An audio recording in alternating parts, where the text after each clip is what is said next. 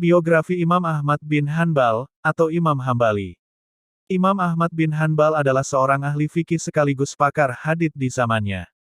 Perjuangan besarnya yang selalu dikenang sepanjang masa adalah perjuangan membela akidah yang benar. Kunyahnya Abu Abdillah, lengkapnya, Ahmad bin Muhammad bin Hanbal bin Hilal bin Asad al-Marwazi al-Baghdadi atau Ahmad bin Muhammad bin Hanbal dikenal juga sebagai Imam Hambali. Masa kecil. Imam Ahmad lahir pada tahun 164 Hijriah atau 780 Masehi di ibu kota Kekhalifahan Abbasiyah di Baghdad, Irak.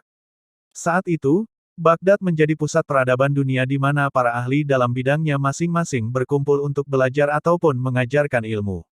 Dengan lingkungan keluarga yang memiliki tradisi menjadi orang besar, lalu tinggal di lingkungan pusat peradaban dunia, tentu saja menjadikan Imam Ahmad memiliki lingkungan yang sangat kondusif dan kesempatan yang besar untuk menjadi seorang yang besar pula. Saat berumur 10 tahun Imam Ahmad telah mampu menghafalkan Al-Quran secara sempurna. Setelah itu ia baru memulai mempelajari hadits.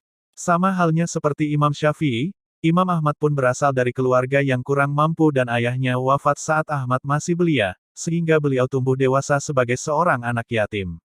Ibunya, Safiyah binti Maimunah binti Abdul Malik As-Syaibani, berperan penuh dalam mendidik dan membesarkan beliau. Di usia remajanya, Imam Ahmad bekerja sebagai tukang pos untuk membantu perekonomian keluarga. Hal itu ia lakukan sambil membagi waktunya mempelajari ilmu dari tokoh-tokoh ulama hadits di Baghdad. Masa muda. Abu Yusuf Al-Qadi yang merupakan murid senior dari Imam Abu Hanifah adalah guru pertama Ahmad bin Hanbal saat beliau muda. Dari Abu Yusuf Al-Qadi, beliau belajar dasar-dasar ilmu fikih, kaidah-kaidah ijtihad, dan metodologi qiyas dari Abu Yusuf. Setelah memahami prinsip-prinsip mazhab Hanafi, Imam Ahmad mempelajari hadits dari seorang ahli hadits Baghdad, Haytham bin Bishr. Tidak cukup menimba ilmu dari ulama-ulama Baghdad, Imam Ahmad juga menempuh safar dalam mempelajari ilmu. Ia juga pergi mengunjungi kota-kota ilmu lainnya seperti Mekah, Madinah, Suriah, dan Yaman.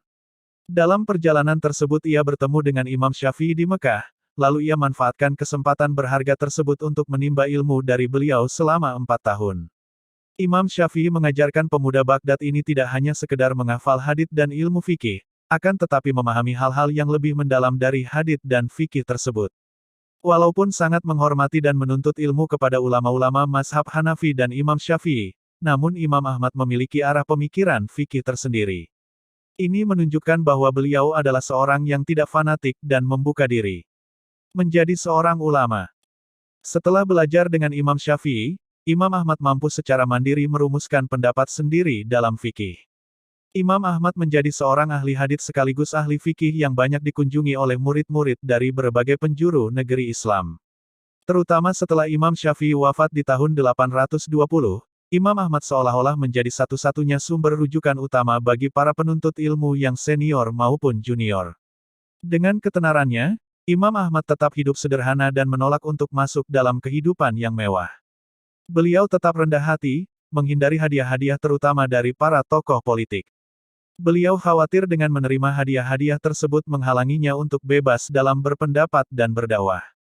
Abu Dawud mengatakan, majelis Imam Ahmad adalah majelis akhirat. Tidak pernah sedikit pun disebutkan perkara dunia di dalamnya.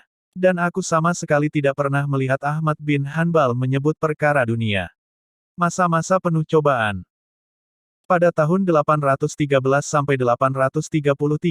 dunia Islam dipimpin oleh Khalifah Al-Ma'mun, seorang khalifah yang terpengaruh pemikiran Mu'tazilah.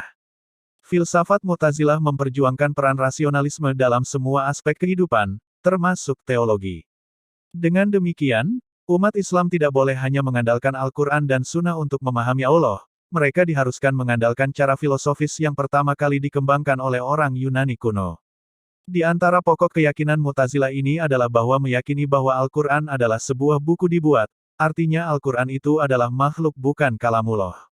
Al-Ma'mun percaya pada garis utama pemikiran Mu'tazilah ini, dan ia berusaha memaksakan keyakinan baru tersebut kepada semua orang di kerajaannya termasuk para ulama.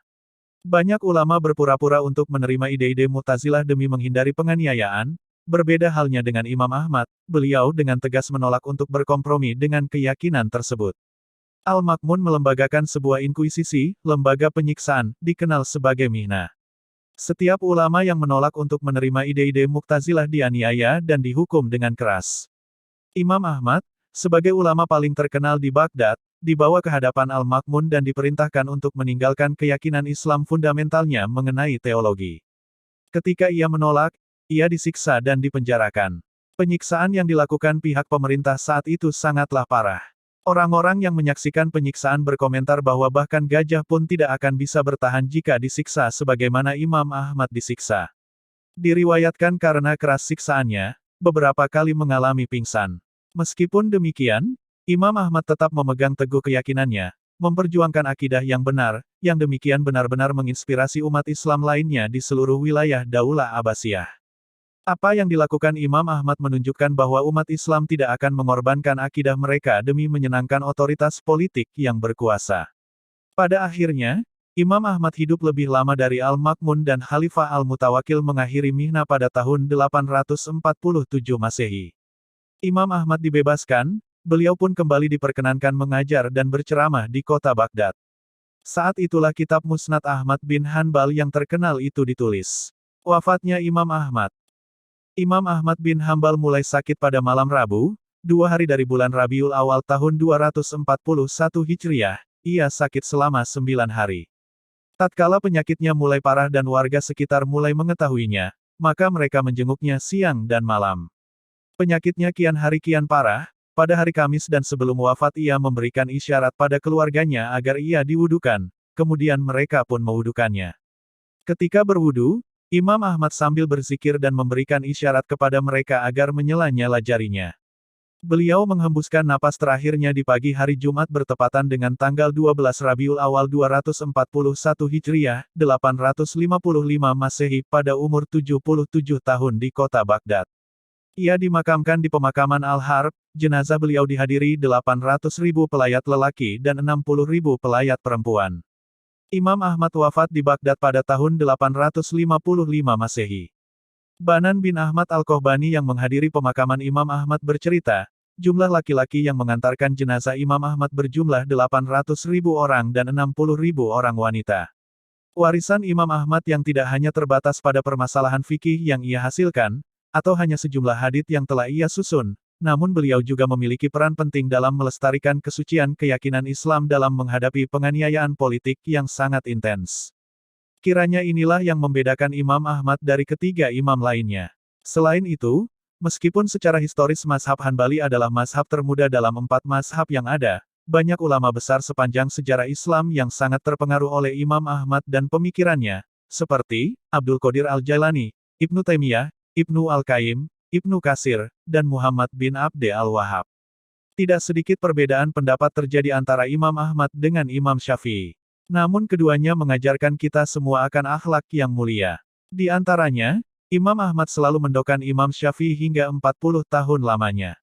Berkata Ahmad bin Al-Laits, aku mendengar Ahmad bin Hanbal berkata, aku akan benar-benar mendoakan Syafi'i dalam salatku selama 40 tahun. Aku berdoa, ya Allah, ampunilah diriku dan orang tuaku, dan Muhammad bin Idris Asy-Syafi'i. Manaqib Asy-Syafi'i lil Baihaqi, halaman 254, volume 2. Sumber: Perjalanan hidup Imam Ahmad bin Hanbal.